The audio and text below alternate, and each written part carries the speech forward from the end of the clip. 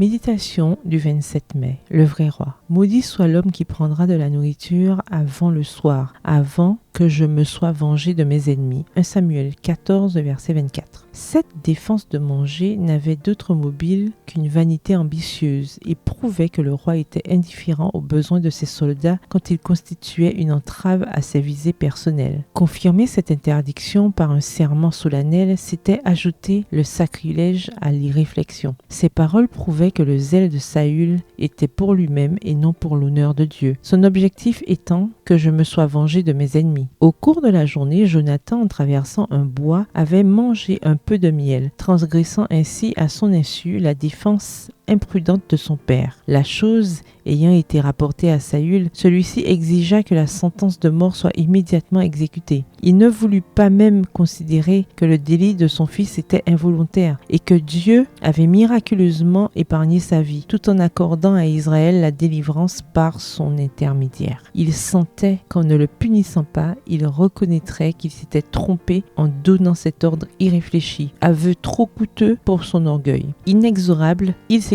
« Que Dieu me fasse ceci et qu'il ajoute cela. Tu seras puni de mort, Jonathan. » 1 Samuel 14, verset 44. À Gilgal, peu auparavant, contrairement au commandement de Dieu, il s'était arrogé le sacerdoce en se justifiant obstinément des reproches de Samuel. Et maintenant qu'on avait désobéi à son ordre déraisonnable qui, de plus, n'avait été violé que par ignorance, ce roi et père condamnait son fils à la mort. Le peuple s'opposa à l'exécution de cette sentence. Bravant la colère de Saül, l'armée fit entendre cette protestation énergique. « Quoi ? Jonathan mourrait, lui qui a opéré cette grande délivrance en Israël ? Loin de là, l'Éternel est vivant, il ne tombera pas à terre un cheveu de sa tête, car c'est avec Dieu qu'il a agi dans cette journée. » Au verset 45 de 1 Samuel 14. L'orgueilleux monarque n'osa pas regimbé contre ce verdict unanime et Jonathan eut la vie sauve. Citation tirée du livre Patriarches et prophètes au chapitre 60, aux pages 607